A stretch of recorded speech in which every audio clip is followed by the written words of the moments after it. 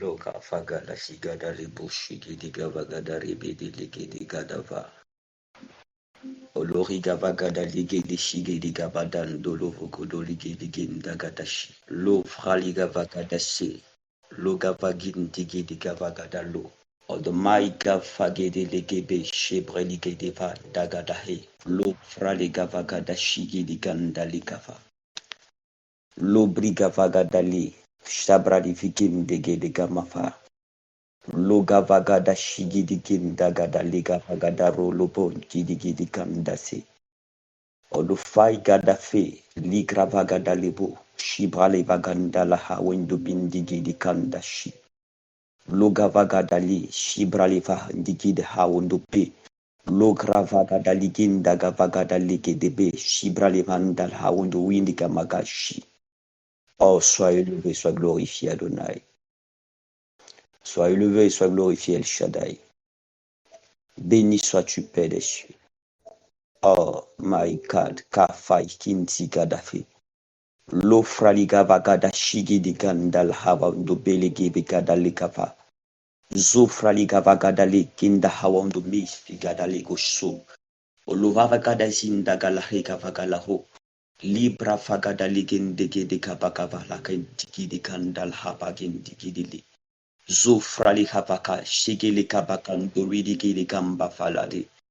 Logo vagada ligada kavagada li sibra liga vagada kondo bigin digi diganda gada ligede shi livrali mama kavagada lo eli fain digi digamba kavagada ligin de segede ligo fagada bra o fain delike shigi diganda gada vre ligava loga fagatin digi diganda loika vagada ron dobogolo vagala hin digi diganda gada li zigi vagada la o shiskin diga vagada li.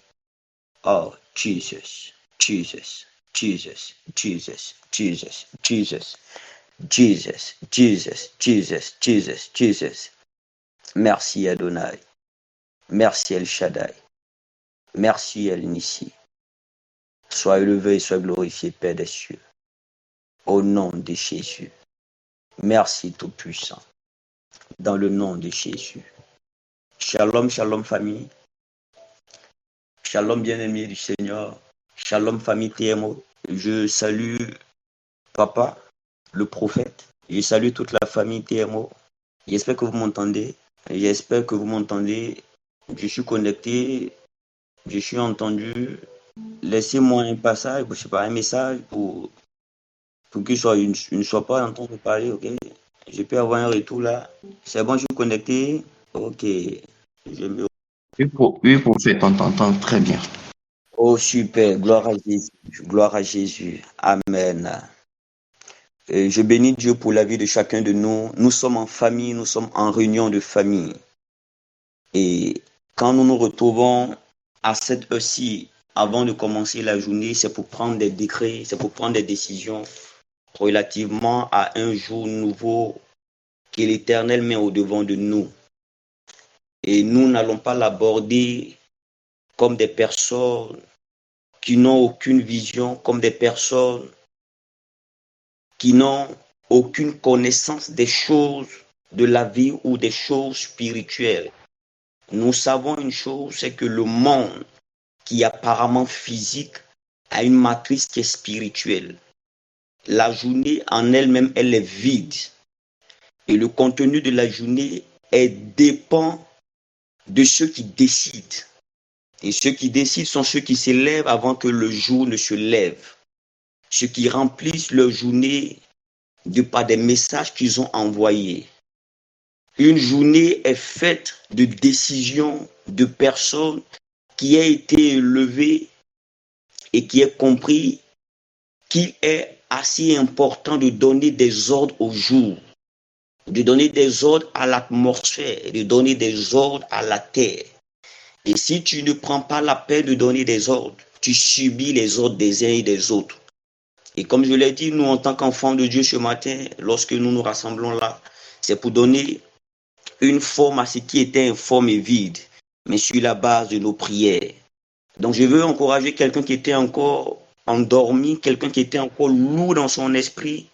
Lève-toi, Dégage-toi comme la gazelle. Ne laisse pas ton esprit endormi. Ne laisse pas ton esprit assoupi. Il a dit, j'aurais souhaité que vous passiez au moins 1 heure avec moi dans la prière. Mais vous êtes assoupi. Vous êtes assoupi. Et ce matin est un jour, il dit, hein, c'est une grâce que Dieu nous accorde. Que la grâce que tu as perdue hier, que tu ne la perds pas en ce matin. Et je le dis chaque fois que l'Éternel permet qu'un jour se présente à nous, il y a une grâce qu'il veut renouveler sur la vie de quelqu'un. Et ce matin, tu ne dois pas perdre la grâce que l'Éternel a pour toi. Tu ne dois pas la perdre. Tu ne dois pas la perdre. Tu ne dois pas la perdre.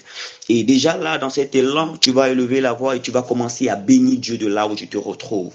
Tu vas commencer à donner gloire au Seigneur. Donner gloire à celui-là qui est sur le trône. Il y a des personnes qui sont allées se coucher dans la nuit d'hier pour ce matin avec des projets à cœur. Il y a des personnes qui, pendant qu'elles étaient couchées, n'ont pas eu cette force, cette grâce de pouvoir se réveiller le matin. Mais à toi qui m'entends ce jour, je vois la grâce de Dieu qui s'est déjà renouvelée sur ta vie en t'accordant le souffle de vie en ce matin. Je sais qu'il y a des personnes qui, au cours de leur sommeil, ont vécu une certaine pesanteur, une certaine douleur, se sont levés ce matin, mais transportés dans un centre de santé. Mais je ne pense pas que cela soit ton passage à toi. C'est pourquoi tu vas élever la voix avec moi. Tu vas bénir le nom de l'Éternel, ton Dieu. Ne te tais point. Non, c'est pas question de parler dans le cœur. C'est une question d'ouvrir la bouche et de bénir Dieu. Si tu entends ma voix ce matin, c'est une grâce que l'Éternel t'accorde.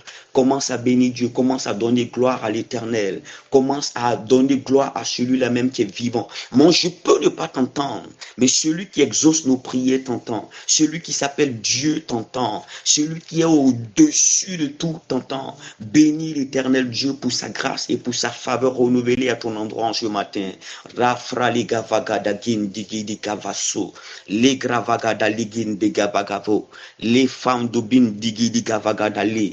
Les fada liga vagada login dagadabra. Ligi di gabagada logon dogo do bigi di gadadi. Ziga vagada lo. Fagi digi di kamavaragalage. Pour ce même élan de prière, dans ce même élan de prière, je veux qu'on bénisse Dieu pour l'atmosphère dans laquelle il transporte la famille TMO. C'est une grâce que l'Éternel nous donne d'être engagé dans un moment de prière et dans un moment de jeûne. Je me souviens qu'en début de conversion, j'avais à cœur de m'engager dans des temps de jeûne et de prière. Et j'étais engagé effectivement dans des temps de jeûne et de prière. Au point qu'au niveau de la maison, il y avait un cousin qui m'appelait le chameau. Parce que pour lui, il me voyait manger rarement, il me voyait boire rarement. Et il disait comme ça que certainement que je mange et j'ai une panse quelque part où je déposais la nourriture et je ruminais par le temps, par la suite. Et je m'étais vraiment engagé en cela.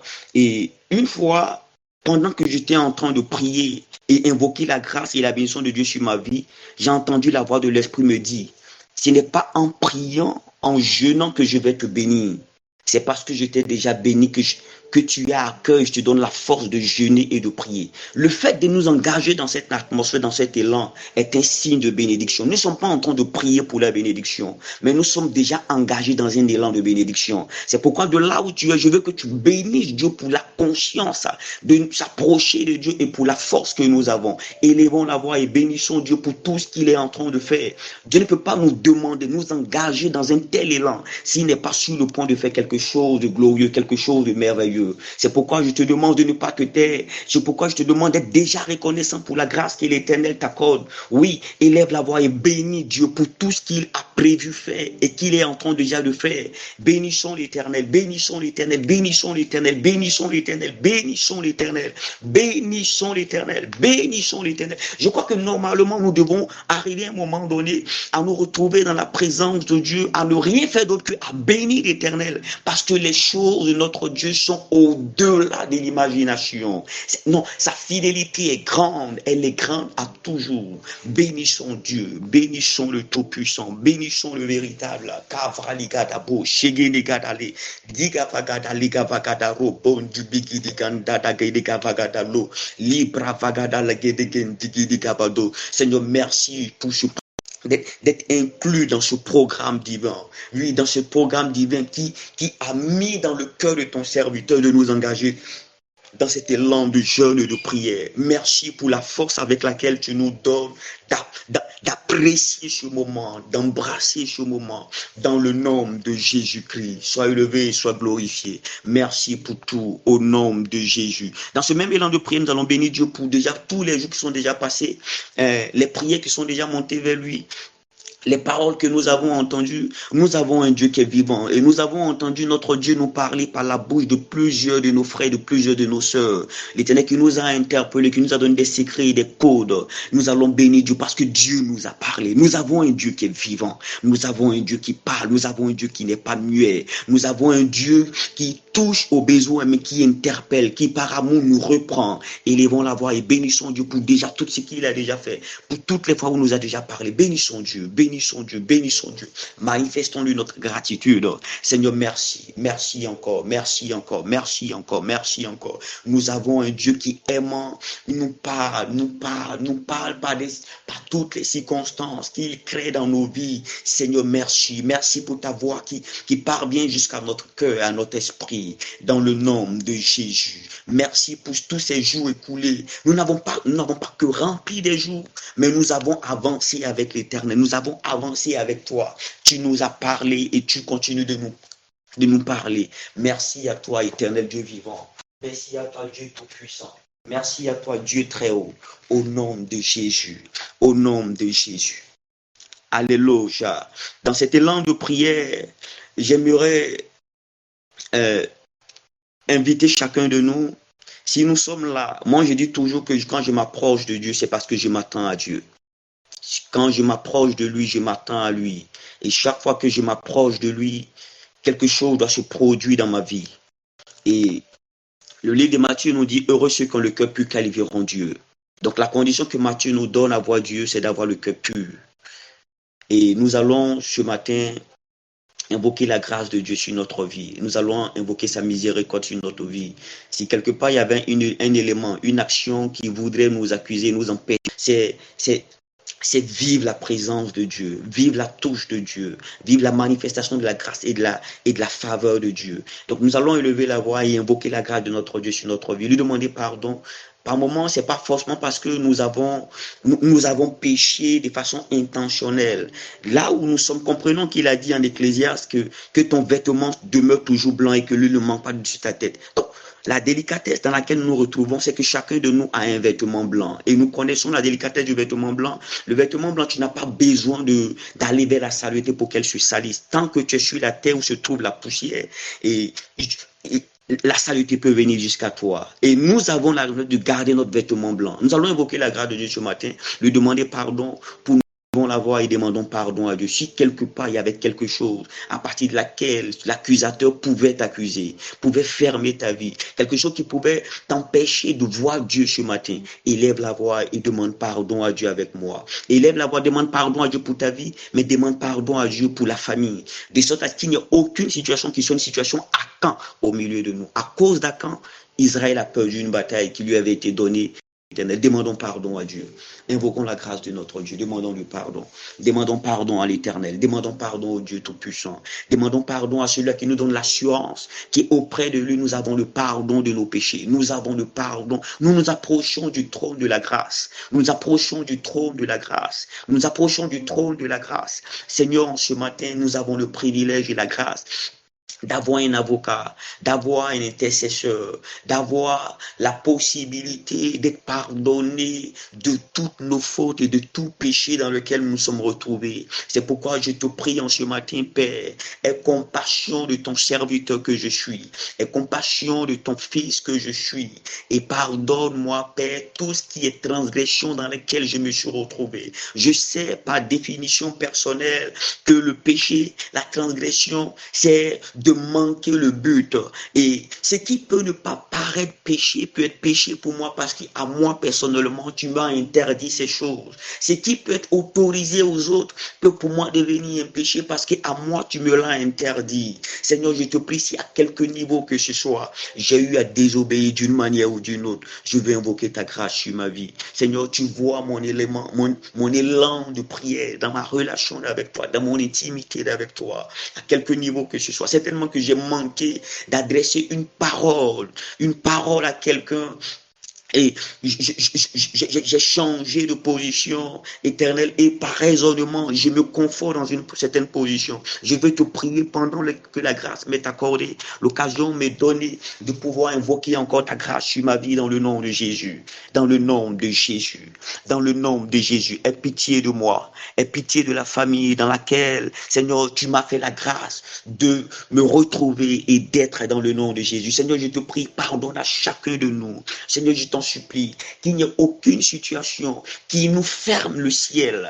Si tu as imposé ce temps de jeûne à la famille, c'est parce que tu es sur le point de visiter la famille. Parce que je t'ai vu par moment me donner personnellement des temps de jeûne sans l'imposer à tous ceux qui sont autour de moi. Tu aurais pu l'imposer à ton serviteur et il se serait retiré pour ce moment. Seigneur, tu aurais pu l'imposer à une personne au milieu de nous et cette personne certainement se serait retirée. Mais lorsque tu l'as imposé à la famille, c'est parce que tu es sur le point de faire quelque chose sur le plan de la famille. C'est pourquoi je te prie en ce matin, là où une personne, un frère, une sœur, se serait retrouvé dans une certaine compromission, dans un certain élan qui pourrait nous empêcher, Seigneur notre Père, d'être dans cet élan de marcher des mêmes pas. Seigneur, nous voulons supplier notre Dieu et invoquer sa grâce dans le nom de Jésus-Christ. Nous prions au Dieu Tout-Puissant, au Dieu de miséricorde. Merci de nous pardonner. Merci de nous laver, de nous purifier de par ton sang dans le nom de Jésus. À l'Éternel, la gloire, la louange et l'élévation dans le nom de Jésus. Sois élevé et sois glorifié au nom de Jésus. Amen. Amen. Nous avons prié, nous sommes pardonnés, lavés par le sang de l'agneau. J'aurais voulu que quelqu'un me dise Amen ou m'écrive un Amen. Oui, je souhaiterais que quelqu'un me dise un Amen. L'amen d'un racheté de Dieu. Oh, alléluia. Que Dieu soit béni, que Dieu soit loué. C'est bizarre. Je suis en train de prier comme ça, mais je vois que le soleil qui va se lever ensuite, va se lever pour toi. Est-ce que tu sais ça? Le soleil va se lever avec la commission de te faire du bien. Le soleil va se lever en train de briller, mais c'est pour toi que le soleil va se lever. Non. Notre Dieu n'est pas injuste. Notre Dieu n'est pas injuste. Notre Dieu n'est pas injuste. Notre Dieu n'est pas injuste. Il y a un jour qu'on appelle le jour de l'Éternel. Est-ce que vous savez qu'il y a un jour qu'on appelle le jour de l'Éternel? Il y a un jour qu'on appelle le jour de l'Éternel. Et ce jour qui se lève en ce jour, oh my God, nous sommes au dernier jour du mois de février, 28 février. C'est-à-dire qu'il y a des informations que le mois de février avait reçues te concernant. Et comme la veuve avait reçu des informations concernant la vie d'Élie. Et Dieu dit, j'ai ordonné à la veuve de te nourrir. Élie arrive, elle lui donne de l'eau. Elle refuse de lui donner de la nourriture. Le mois de février a certainement reçu des instructions de te faire du bien. Et tu as son dernier jour, il y a des choses que tu n'as pas encore vues. Tu vas réclamer ces choses. Que ce mois de février ne finisse point. Qu'il n'ait vomi. C'est la dernière journée du mois de février. Tout ce qui t'était réservé chaque jour du mois de février que tu n'as pas reçu jusqu'à présent, tu as la possibilité de l'appeler maintenant. Rassemble cela, ouvre la bouche et commence à appeler. Toutes les personnes que tu vas rencontrer ce matin sont des personnes à qui tu dois faire du bien ou qui doivent te faire du bien. Non, ne laisse pas ta journée être remplie de personnes inutiles. Non. Il y a des personnes. C'est l'importance de la prière du matin. C'est d'enlever de sa vie les personnes que le diable aurait préparées pour te distraire, te faire perdre du temps, racheter le temps. Notre maître nous a dit qu'il est important de racheter le temps. Chaque jour qui passe est comme un gaspillage pour certains, mais c'est un acquis pour d'autres. Commence à parler à Dieu. Commence à ramener, à rappeler. Ordonne à février, à ce dernier jour de février, de te vomir ce qu'il devait te vomir. Je suis en train de voir l'Éternel restaurer tes finances en ce jour. Je suis en train de voir l'Éternel t'apporter une bonne nouvelle en ce jour. Et retirer de ta vie ce qui t'avait été imposé. Commence à parler à Dieu. Parlons au Seigneur. Parlons au Seigneur. Parlons au Seigneur. Mais au-delà de parler au Seigneur, nous parlons au temps. Nous parlons au mois. Nous parlons à l'atmosphère. Et commence à parler. Commence à parler. Ne te tais point. Ne te tais point. Ordonne à ce dernier jour de ce mois de te manifester la grâce. Il était conscient, celui qu'on appelait Josué. Il était conscient parce que la promesse de Dieu lui avait donné déjà la victoire. Il voyait que le temps était en train de partir. Il a dit que le soleil s'arrête, que la lune s'arrête, jusqu'à ce que j'ai tiré vengeance de mes ennemis. Il a refusé que le jour passe sans qu'il n'ait tiré profit selon la parole que Dieu lui avait donnée. Tu vas laisser le mois de février finir comme ça? Non, tu n'es pas un lâche. Tu n'es pas un lâche, tu n'es pas un lâche. Non, refuse cela, refuse cela, refuse cela, refuse cela. Et commence à parler. Gavrali gavagadalo, ginde gavagade legende gidili gavado, le brafagada liginde gidili gavagodo. Je lève la main au ciel dans le nom de Jésus et je ne permets pas à ma grâce, aux grâces qui m'ont été données pour ce mois de février, de passer pendant que le mois est en train de finir. Dans le nom de Jésus, j'appelle au nord, j'appelle au sud, j'appelle l'est, j'appelle l'ouest et je commande à tout ce qui avait retenu mes grâces et mes bénédictions, de les vomir et de les libérer dans le nom de Jésus. Dans le nom de Jésus. Dans le nom de Jésus. Oh my God. Kafra ligidi kabagada ligidi kabagada lo. Legavagada ligidi ginda kavagada ligidi. Zogavagada rabra ligidi gingadava. Legavagada rogondogolo magavagada li. Seigneur, tu diriges mes pas. Tu diriges mes pas. Tu diriges mes pas. Tu diriges mes pas. Tu diriges mes pas, tu diriges mes pas.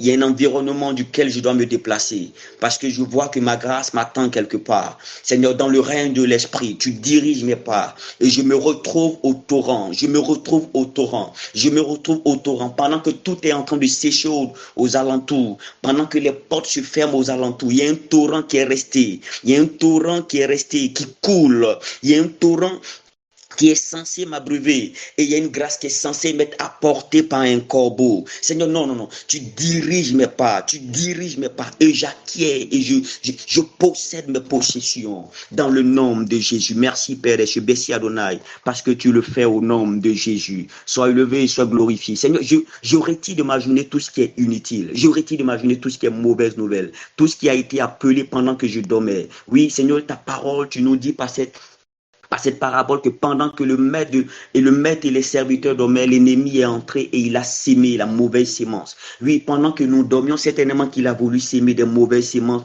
pour ce jour. Mais je viens retirer ces mauvaises sémences. Non, je ne permettrai pas à ces sémences de pousser avec la vraie sémence. Je refuse cette confusion. Toutes propositions qui me seront faites, Seigneur, je n'appelle que les propositions du ciel. Je refuse celles-là qui s'opposent à ta volonté ou ceux-là même qui veulent me mettre dans une certaine compromission. Dans le nom de Jésus. Seigneur, délivre-moi du malin, préserve-moi du mal, dans le nom de Jésus. Louange et gloire te reviennent à toi et à toi seul, au nom de Jésus-Christ de Nazareth. Quelqu'un m'a dit Amen? Quelqu'un m'a dit Amen? Gloire à Jésus, gloire à Jésus, gloire à Jésus, gloire à Jésus, gloire à Jésus, gloire à Jésus, gloire à Jésus. Amen. Il est assez important que nous partageons la parole de Dieu. Il est assez important que nous partageons la parole de Dieu parce que c'est la nourriture de notre âme. Et l'Éternel nous fera du bien par sa parole en ce matin. L'Éternel nous fera du bien par sa parole en ce matin. Je me présente, bon, certainement que vous voyez le nom de là où vous êtes. C'est le pasteur Barry, cadet de l'église. Non, je suis des TMO, mais je suis en mission au niveau des 13 villes. Voilà, comprenez ça comme ça. Voilà. Donc, on dit non, toujours. Non, je suis de la famille. Je suis le premier fils de la maison. Voilà. Si le Père souvent le but de vous dire ça, moi, je vous dis ça aujourd'hui. Voilà. C'est moi qui ai l'avantage de la parole aujourd'hui. Ok. Et nous allons partager la portion de la parole de notre Dieu. Et comprenons une chose, c'est que la parole de Dieu est une sémence. La parole de Dieu est une sémence. C'est une sémence. Et au point que Jésus l'est présenté par la parabole du sémeur. Et ça ne sert à rien d'écouter la parole sans avoir créer l'atmosphère propice pour que cette parole-là, pour que cette sémence-là produise de son effet.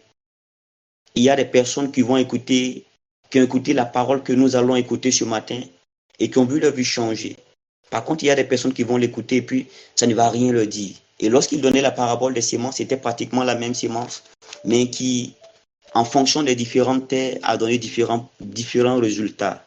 Le long du chemin, les endroits épineux, les endroits rocailleux, et puis la bonne terre. Donc nous allons prier l'Éternel ce matin, que Dieu nous parle.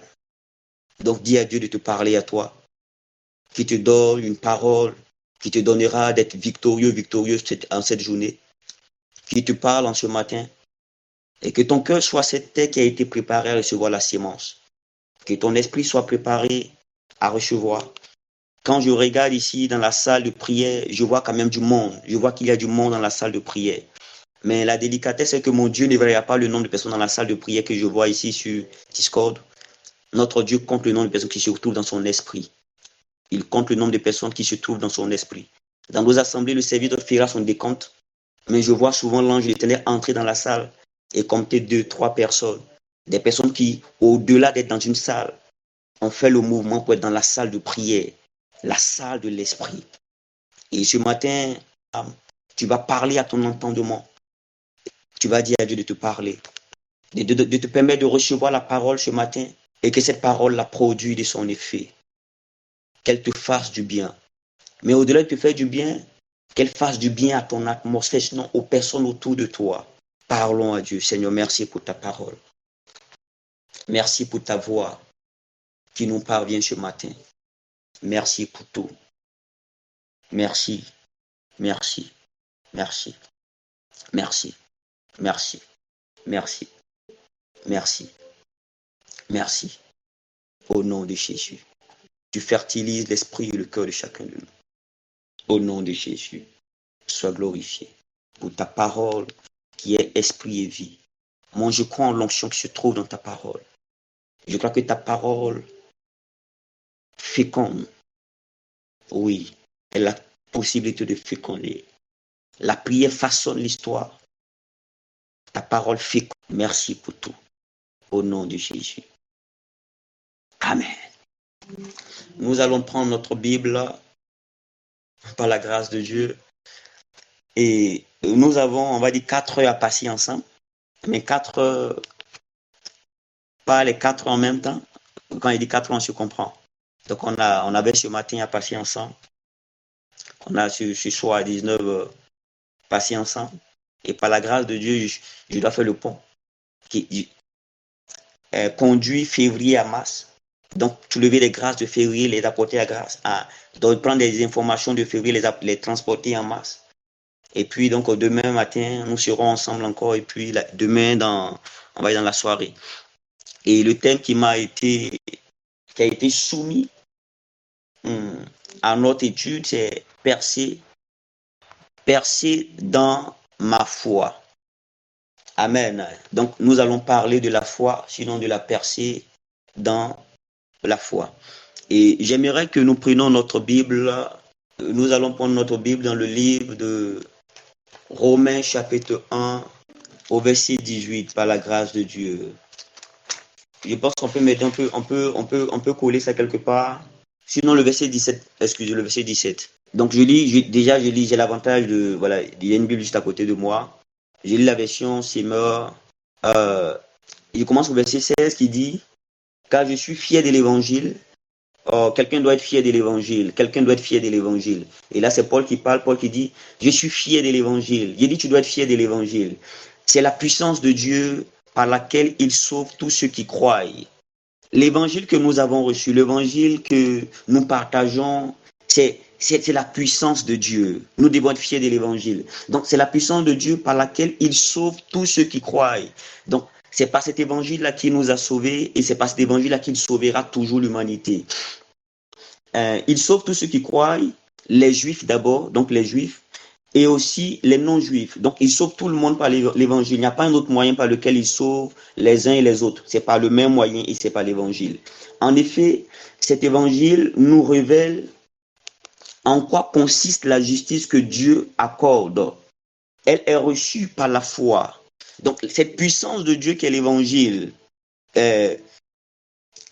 qui fait la fierté de Paul, et Paul dit dans le même passage que nous sommes en train de lire, il dit en effet, cet évangile révèle en quoi consiste la justice que Dieu accorde. Elle est reçue par la foi. Donc, l'évangile est reçu par la foi. Et rien que par la foi. Il n'y a pas d'autre moyen. L'évangile est reçu par la foi et rien d'autre que par la foi. Comme il est dit dans l'Écriture, le juste vivra par la foi. Et donc, quand Paul est en train de parler ici, je peux dire, comme il est dit dans l'Écriture, cette Écriture en question, elle se trouve dans le livre d'Habakkuk chapitre 2. Le fameux verset d'Habakkuk, chapitre d'Habakkuk où nous lisons, c'est une prophétie dont le temps est fixé, si elle tarde à temps, là, ça s'accomplira certainement. Ce fameux passage-là, juste après que Habakkuk ait dit ces choses, c'est par la suite qu'il a fini par dire que le juste vivra par sa foi. Donc, quand Paul est en train de parler ici du juste vivra par la foi, c'est ce passage en question qu'il est en train de citer. Et nous lisons que l'évangile est une puissance. Et cette puissance-là, qui dans sa manifestation, est reçue par la foi. Elle est reçue par la foi. Elle est reçue par la foi. Donc, il est assez important que le racheté de Dieu, l'enfant de Dieu, ait une bonne compréhension de ce que c'est que la foi. Parce que la foi on va dire, c'est pratiquement la base. C'est après l'évangile, c'est dit, l'évangile, c'est la bonne nouvelle qui nous est donnée. L'évangile nous est donné, mais c'est par la foi que nous la recevons et par la foi que nous la vivons. Et il est assez important que nous parlons de la foi parce qu'il y a une certaine subtilité une certaine confusion qui peut arriver parce que l'homme de naissance, sans trop fournir d'efforts, croit.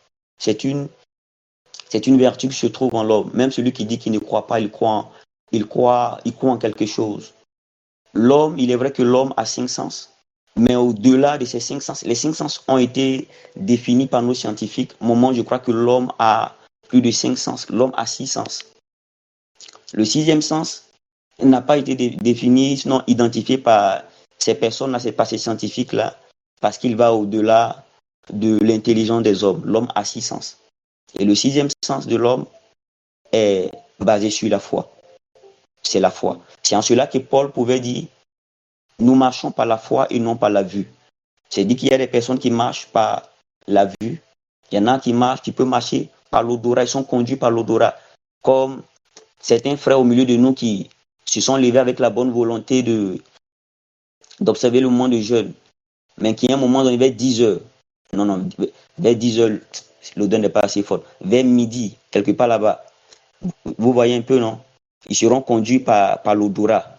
Parce qu'il y a une odeur qui a passé quelque part vers 15 heures. L'odeur dans le corps, vers 15 heures. Vous voyez un peu?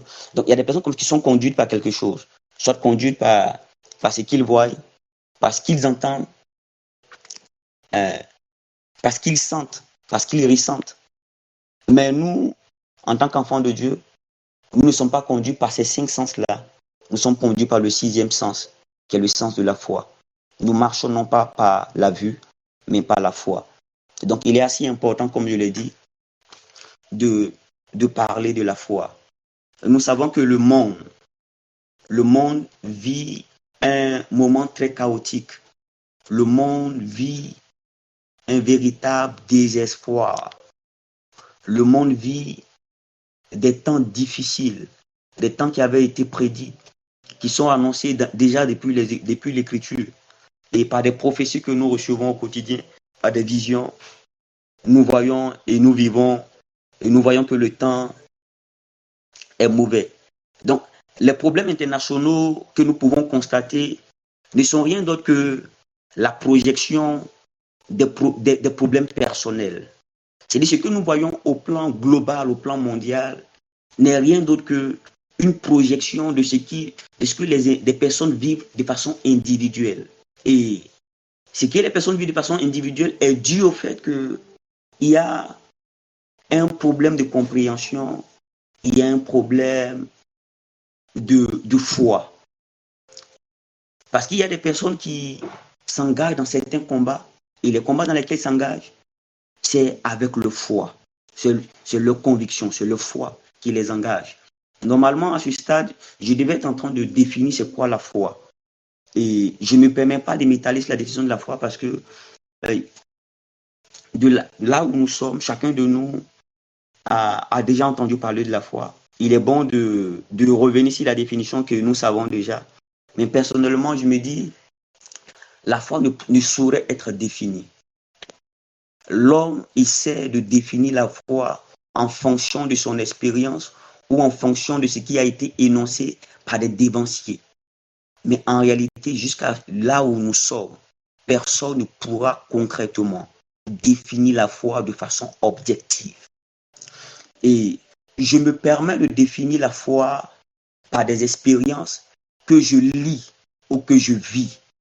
Parce que lorsque nous lisons les Écritures, nous allons voir des personnes dans le livre des Hébreux que Dieu va présenter comme étant des hommes de foi.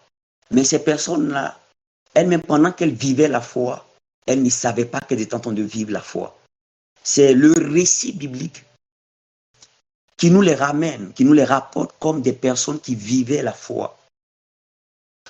En cela qu'un gars que nous pouvons lire comme étant en train de mentir, un gars comme Abraham en train de mentir quelque part là-bas, la Bible va nous présenter comme étant le père de la foi.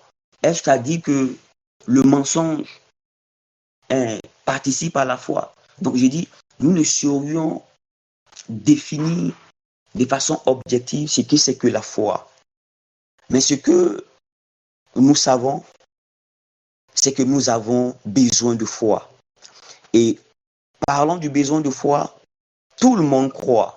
Et comme je l'ai dit, parce que la foi va dans le sens de croire. Dans le sens de croire.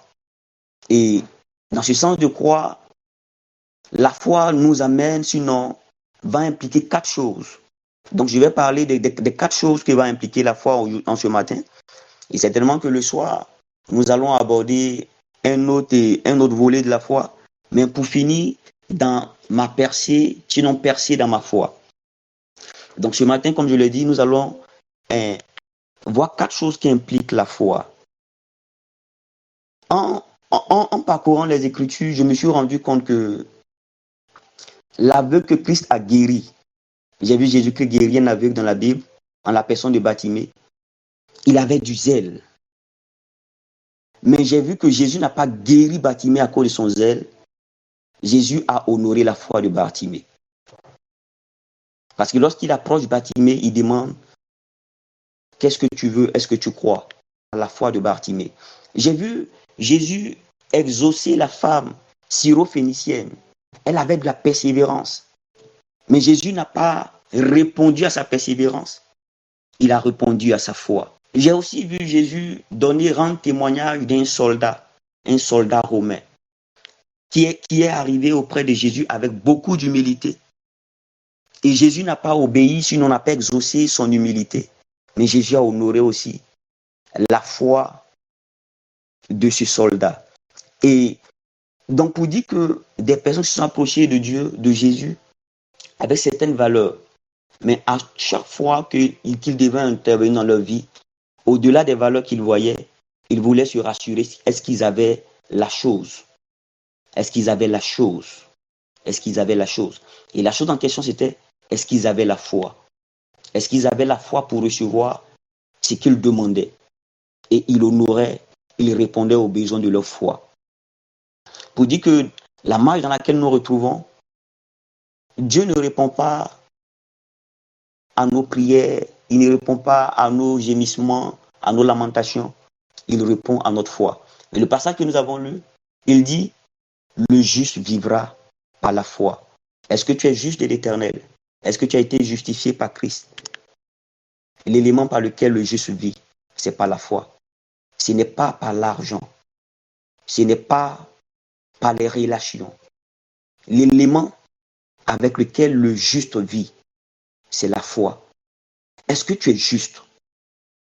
Est-ce que tu crois que Jésus-Christ t'a justifié? Est-ce que tu crois que tu es passé de la mort à la vie? Est-ce que tu crois que racheté par Christ, Dieu a investi un programme particulier à ton endroit, qui te donne d'être sur cette terre avec un mandat divin, mais de personne qui a été justifiée, revêtie d'un vêtement blanc, comme nous révèle le livre de l'Ecclésiaste, mais avec de l'huile sur la tête. Si tu as reçu l'huile sur la tête, si ton vêtement est blanc, le moyen par lequel tu dois vivre, c'est par la foi. Donc ça ne sert à rien. En fait, je vais reprendre. Si tu es juste, le moyen qui t'a été donné pour vivre sur la terre, c'est la foi. Si, je reprends. Si tu crois que tu es justifié, tu es au nom de la famille juste. Je ne parle pas de personnes qui vivent l'habitude religieuse. Je vois des personnes qui prient par habitude. Il y en a même qui souvent paraissent dans la salle de prière, qui sont là, pour ne pas que Daddy dise, je t'ai pas vu à la prière ce matin. Il y en a même qui se connaissent comme ça. Ils sont connectés comme ça, et puis après, là où ils sont là, ils sont en train de faire autre chose. Vous voyez, non? Ils sont en train de faire autre chose. OK? Bref, mais qui ne sont pas connectés, qui ne sont pas concentrés. Je parle du juste. Il dit le juste. Il dit le juste. En hébreu nous ramène encore le passage du juste vivra par la foi, mais en hébreu, il dit mon juste. Il dit mon juste vivra par la foi. Ici, lorsqu'on dit le juste, le pronom, l'article, ici, c'est vrai qu'il est défini, mais après, c'est le juste. C'est le juste. De façon générale, c'est le juste. Mais en hébreu, il dit mon juste. C'est lui le juste qui m'appartient. Moi, mon juste, il vivra par la foi. Mais c'est bizarre.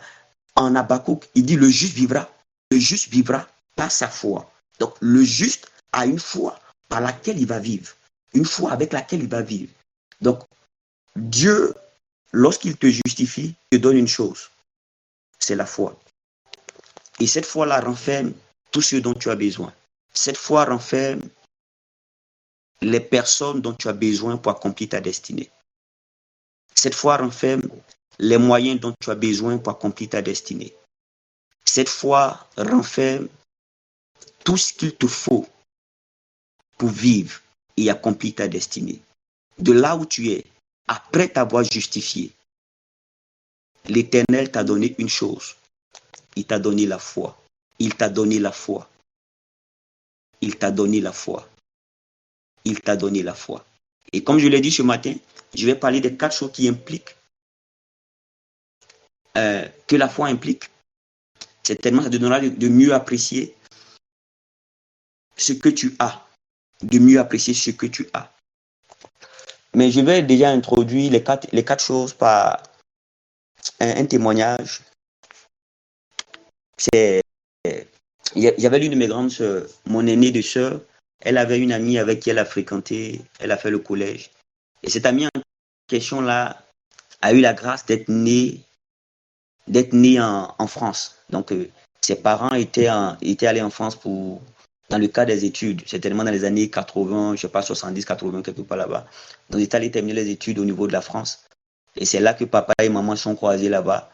Et puis, bon, elle est née. Et par la suite, ils sont revenus en Côte d'Ivoire. Le père était professeur ici, la mère aussi travaillait quelque part là. Mais la famille s'était disloquée. Donc, l'amie à ma soeur se retrouvait avec son père et son papa s'est remarié. Et elle vivait des moments assez difficiles. Elle vivait des moments assez difficiles avec sa marâtre et tout ça. Et elle a dû abandonner les études. Elle s'est retrouvée en train de vivre pour avoir de l'argent, bon, donc sortir avec des personnes et tout ça, mais pas prostituer un gros grain. En tout cas, elle est un gars qui prend soin d'elle-même, pas histoire de lancer fou là. Donc, elle s'adonnait à ça. Et puis, mais elle avait l'habitude de faire son extrait à l'ambassade. Elle partait à l'ambassade faire son extrait. Et une fois, elle causait avec un ami, elle dit non, elle va faire son extrait. Et donc, il demande où? Elle dit non, c'est à l'ambassade. Il dit non, c'est faux. En fait, quand tu la regardes, elle ne ressemble pas à quelqu'un qui est né là-bas. Elle est bizarre. En tout cas, la galère lui avait donné une certaine coloration, un certain parfum. Et l'ami l'a dit non, c'est faux. Elle dit oui, c'est vrai. Donc, il l'accompagne. Ils arrivent au niveau de l'ambassade. En fait, c'était à l'ambassade en son temps qu'elle faisait son extrait. Donc, ils arrivent là, elle va pour déposer la demande et tout. Et il se rend compte que c'est vrai. Et après, il lui dit, ah, mais est-ce que tu sais ce que tu as? Tu es française. Bon, elle est née à ça. Elle ne sait pas qu'on n'aime pas la valeur de ça. Il dit, mais j'ai mon cousin aux États-Unis, un homme d'affaires. Il tourne pas moi en Europe, il veut s'installer au niveau de la France. Mais il a du mal à avoir des papiers. Donc il m'a dit, au fait, il cherchait quelqu'un avec qui il allait se mettre et tout ça, tout. Et donc elle échange avec le gars en question.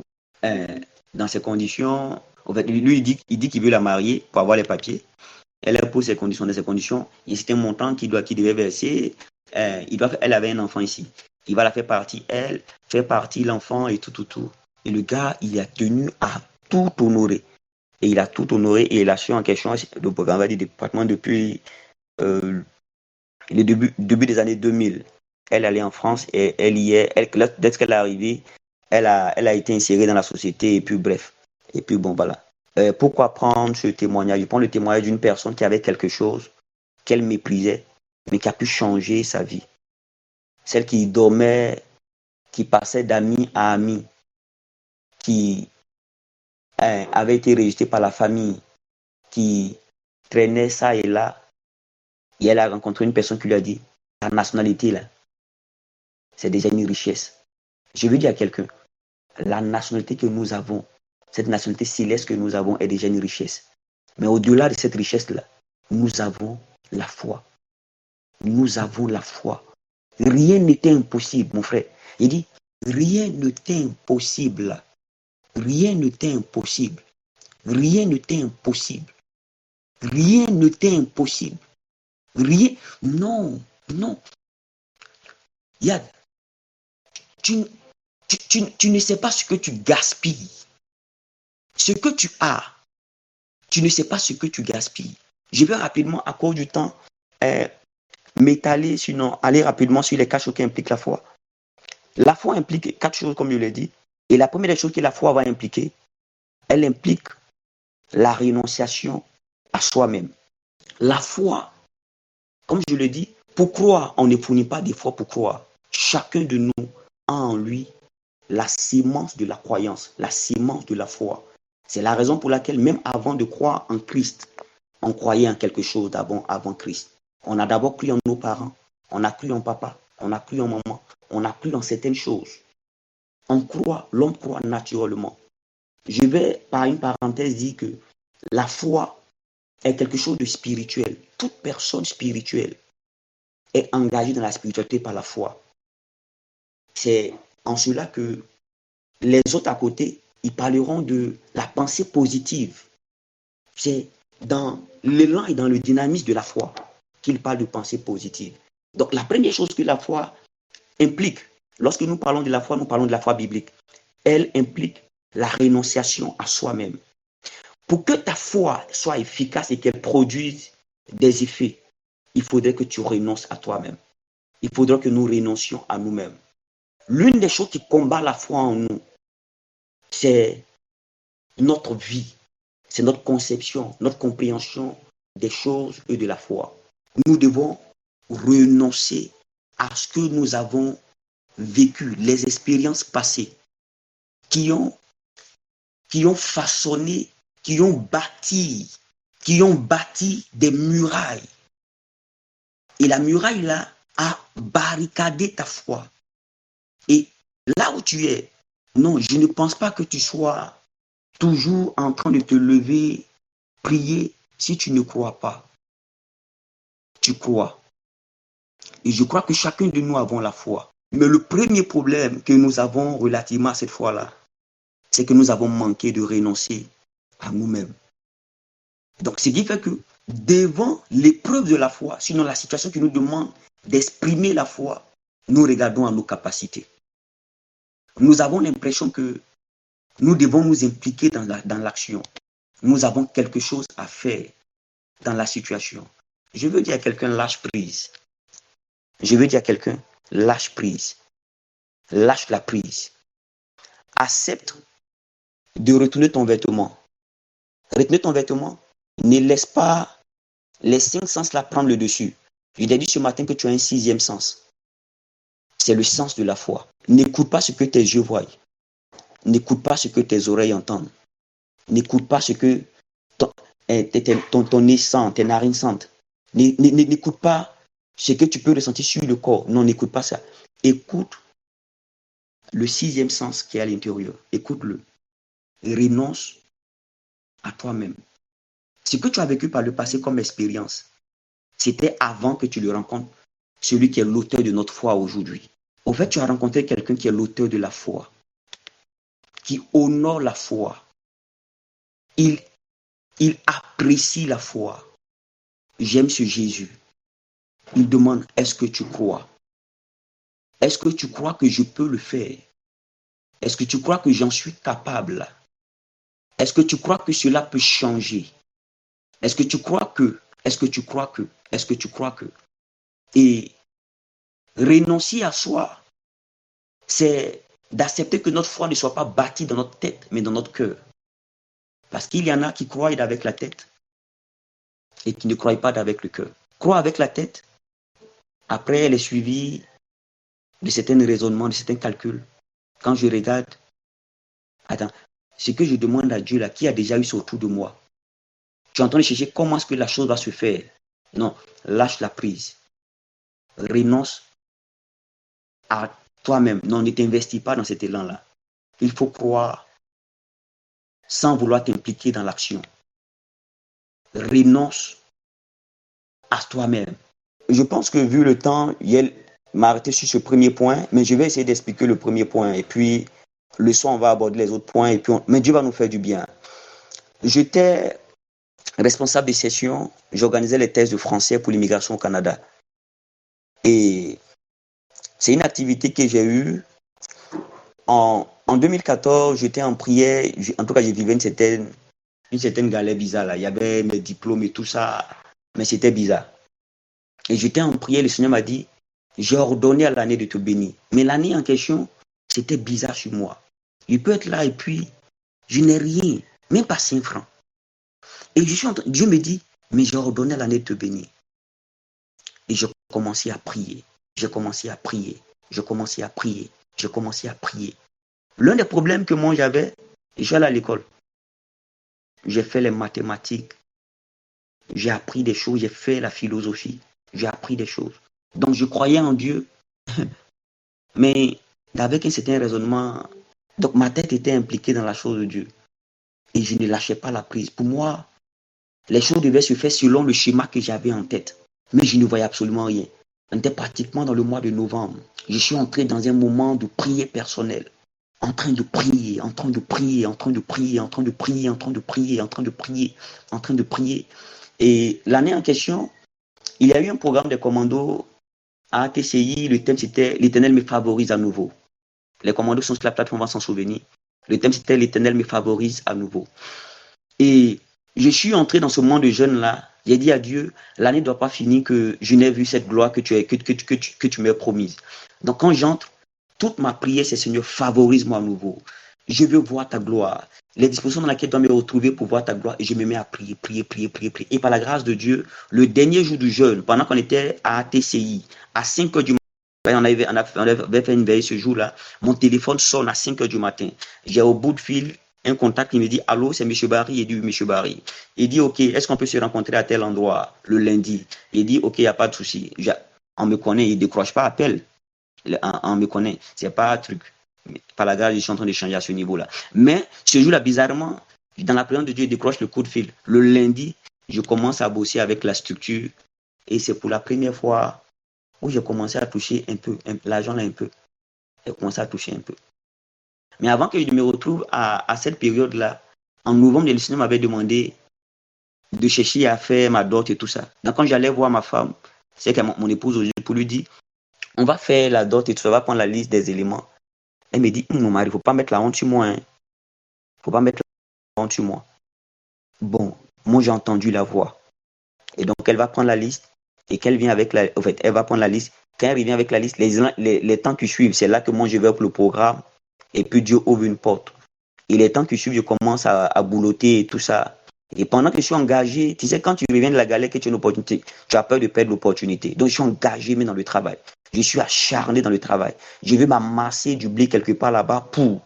Et quand je fais que ça atteint une certaine somme, le Seigneur me dit, prends, va donner à telle personne. Je prends, je ne vais pas donner à zéro. Et une fois, il demande à Dieu, mais Seigneur, pourquoi tu me demandes de faire ça? Il dit, je veux t'apprendre à ne pas compter sur ton travail.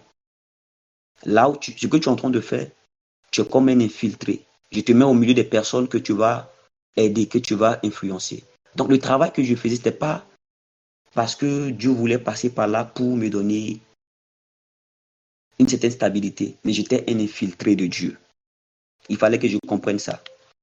Et en tant qu'infiltré de Dieu, j'ai dit, ok Seigneur, je lâche la prise. Il dit, ne pense pas que ce sont tes activités qui prennent soin de toi. C'est ton âme qui prend soin de toi. Et bien avant même qu'on arrive à ce stade, Dieu m'avait déjà demandé par le passé de quitter la maison familiale. Donc je quitte la maison familiale pendant que je n'avais pas d'activité. Je comptais dormir à l'église. Et pendant que je m'apprête à dormir à l'église, il me crée une opportunité. Mon pasteur qui décide de déménager. Donc après moi, je cause avec lui, dit, ah, le vieux, il va prendre la maison. Il dit, mais tu payes comment? Et non, le vieux, il faut laisser, il y a eu un gombo. En temps, il n'y a aucun gombo. C'est que je veux obéir à la voix de Dieu. En fait, moi, j'ai entendu quelque chose. Et dans le entendre quelque chose, là, j'ai vu un ami, j'ai dit à mon ami en question, il dit, mon frère, viens se mettre ensemble, prendre une maison. Donc, la stratégie, on se met ensemble pour prendre la maison. Moi, je compte sur lui. Hein. Le gars, il travaille dans le BTP. Il est salarié. À la fin du mois, on bloque son salaire. C'est moi qui suis devant la maison, qui ai pris l'engagement de la maison. On bloque son salaire. Par la grâce de Dieu, je ramasse l'argent. Je paye le loyer. Et puis, on vit avec le reste là. On fait un mois. Deuxième mois, je ramasse l'argent. Je paye le loyer. Et puis, on vit avec le reste. C'est de là que j'ai commencé à vivre les véritables visitations financières avant d'aboutir au travail en question. Et quand je me mets à travailler, et comme je l'ai dit, quand j'économisais que ça atteignait le million, quand ça atteint le million, le Seigneur me dit, prends, donne à telle personne, ou fais tel don, fais telle offrande. Et je prenais pour. Et une fois pour me démontrer que il est effectivement à la hauteur de ses prétentions, je suis là, je suis en train de faire mes points, et je découvre 300 000 dans ma caisse. Ça ne dînait pas de moi. Mais il savait que que j'apprenais à compter sur lui. Pour clore, parce que je vois que le temps est avancé, je veux interpeller chacun de nous en ce matin, dire que ce que nous avons à demander à Dieu ce matin, c'est de nous donner la force de renoncer à nous-mêmes. Le blocage que nous causons, par moment, il nous demande de laisse cette opportunité, laisse ce travail-là, parce qu'il te promet quelque chose d'autre. Mais le problème que nous avons, nous voulons voir de quelque chose d'autre avant de laisser. Laisse ce gars-là, tout cet environnement-là, fais ceci, fais cela. On veut d'abord voir, parce que la logique a besoin d'un support sur lequel se tenir. Mais Dieu te demande de mettre le pas sans mettre au préalable le support, parce qu'il est lui-même le support. Donc je veux que quelqu'un ce matin va élever la voix avec moi et parler à Dieu, dire à Dieu, Seigneur, la foi implique une chose, c'est que je renonce à moi-même, que je renonce à mes capacités, que je lâche la prise et que j'apprenne à te faire confiance. Élève la voix et parle à Dieu. En ce jour, tu vas devoir lâcher la prise. Tu vas devoir renoncer à ce qui est charnel. Tu vas devoir te fier, chercher à entendre la voix, cette voix intérieure, la voix que tu as entendue, ce que Dieu t'a dit. Commence à parler à Dieu. Obéis, parle à Dieu. Seigneur, nous te rendons grâce. Nous te rendons grâce parce que tu nous donnes la force de lâcher la prise. Ils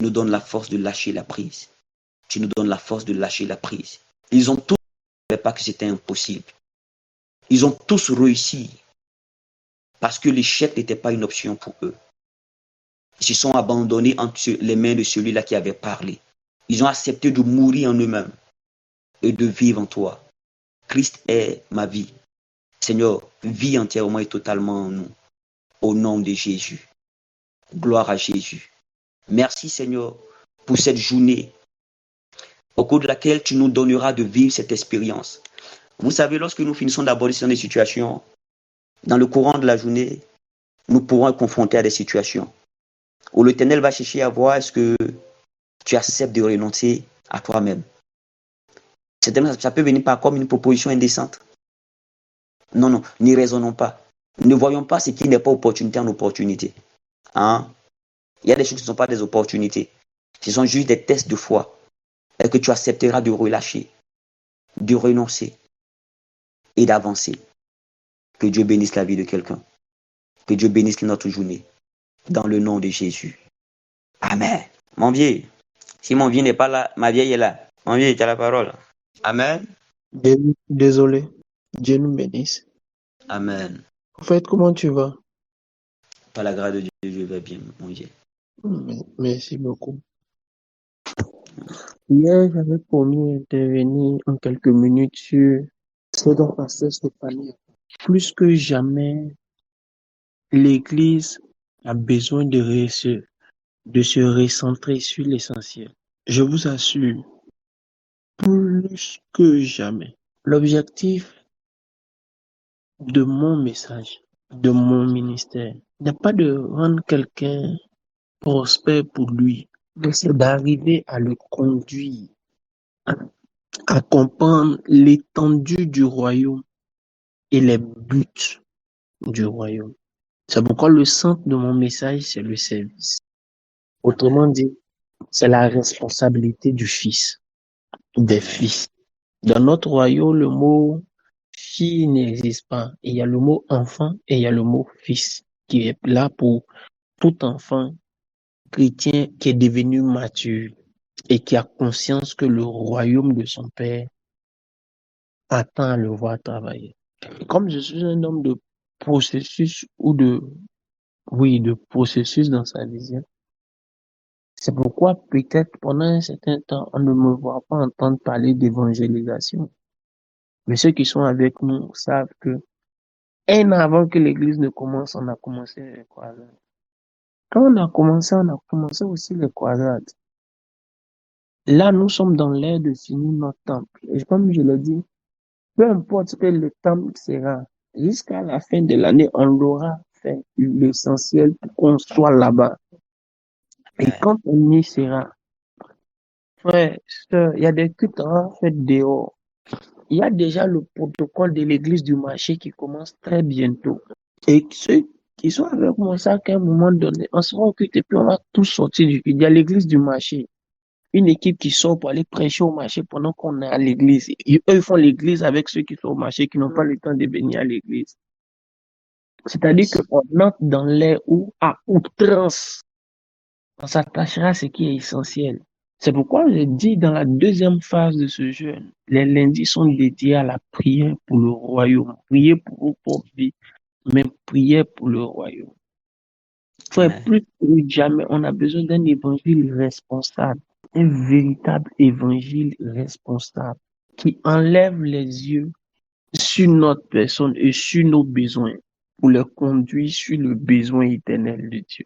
Hier, quand je parlais de ta paix, j'ai dit il y a un dernier protocole de la paix que je n'ai pas signalé et que les autres points de la paix venaient de Dieu.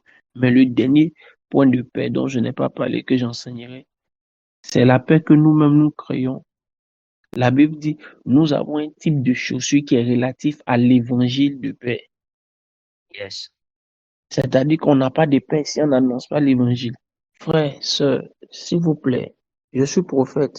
Ça fait 2 ans que j'ai commencé à dire à l'assemblée chez moi, on va diminuer le protocole du dadisme et on va aller vers un évangile responsable parce que le but de ce qu'on fait, c'est d'amener des personnes à considérer que nous vivons parce que Christ est mort et nous vivons pour que d'autres vivent.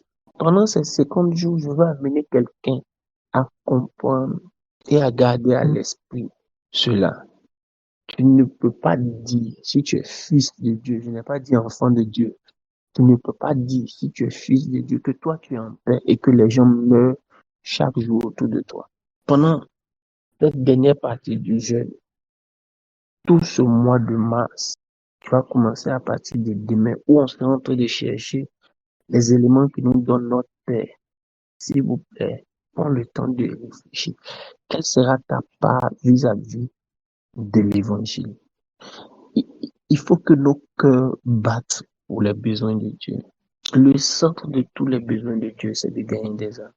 Le centre de tous les besoins, peu importe la forme que ça peut prendre, peu importe le type de service que ça, que ça peut prendre, le centre, c'est de gagner les âmes. Il faut qu'on l'introduise vraiment dans nos cœurs. Et j'avais voulu le dire. Hier, je ne pouvais pas le dire après son intervention parce que j'étais dans un endroit où il y avait beaucoup de bruit. Mais aujourd'hui matin, j'avais voulu faire, s'il vous plaît. Regardez le témoignage que le prophète a donné. C'est ta nationalité qui est ton identité, qui est ton privilège, qui est ta richesse.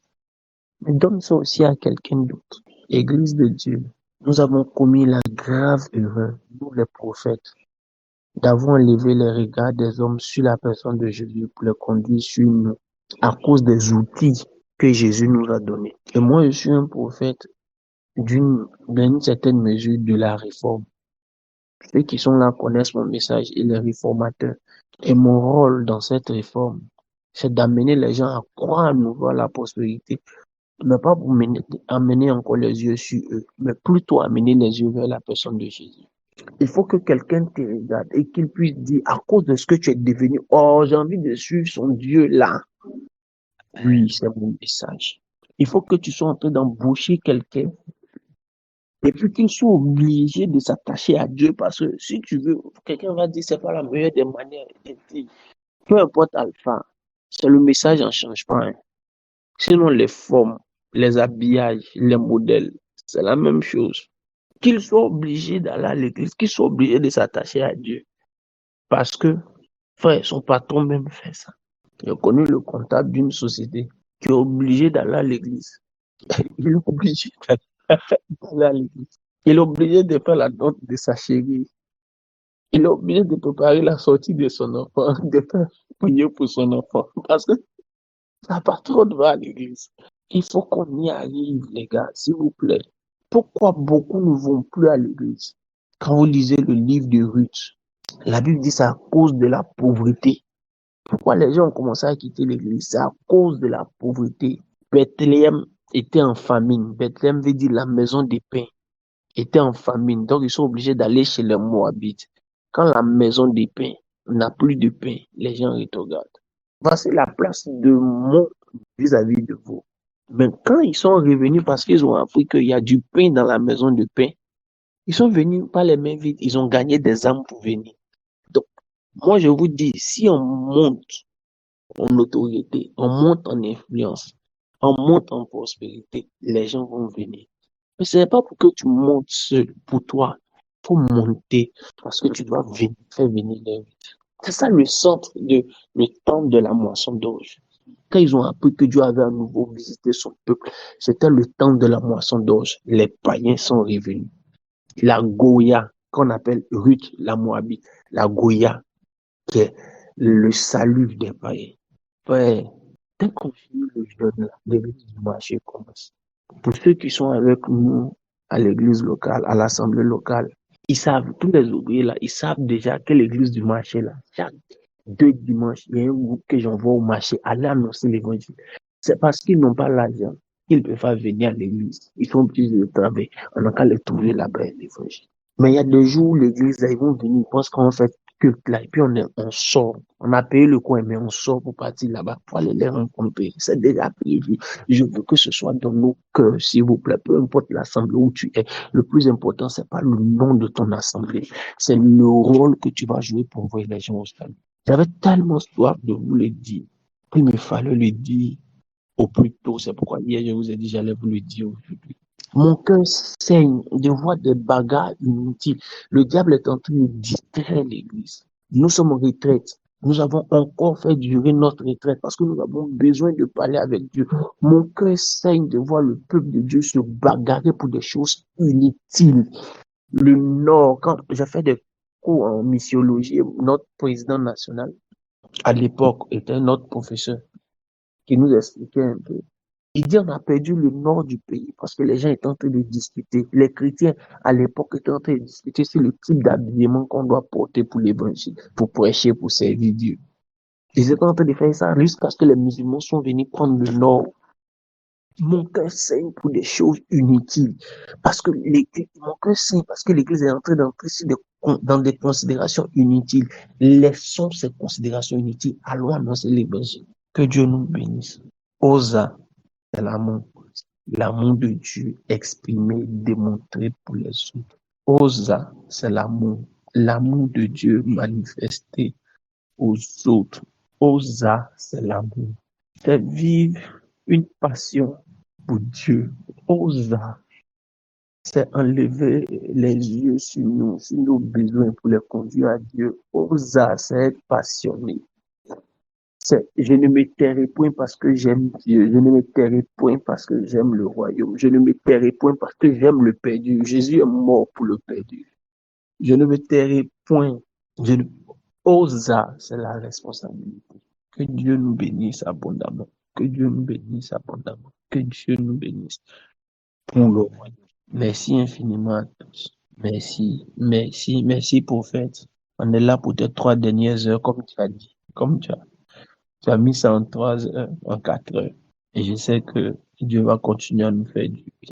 Merci. Et puis, je suis sûr qu'on se verra ce dimanche. Pour ça, je suis sûr que ce dimanche-là, on va se voir cette fois-ci.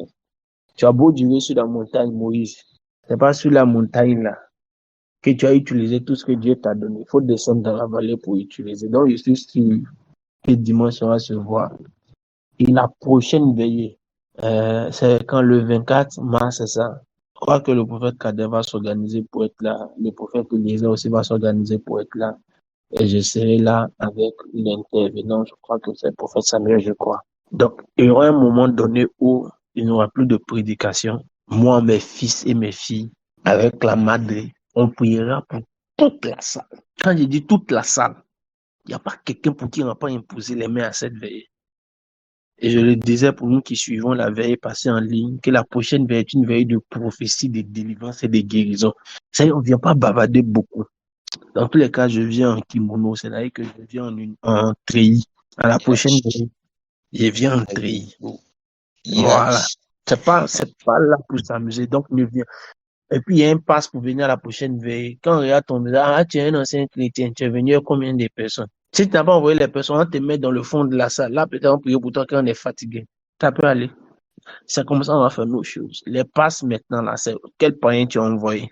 On dit ce programme est gratuit, mais le pass, tu es venu avec quel païen? Tu es venu avec quel malade? Tu es venu avec quelle personne qui a besoin du Seigneur? Pour qu'on puisse se concentrer sur toi, il faut que tu aies envoyé quelqu'un qu'on peut gagner au Seigneur. Dieu nous bénisse abondamment. Je vous aime, nous vous aimons, nous vous aimons, nous vous aimons vraiment. Mais Dieu vous aime plus que nous. Bonne journée à tous.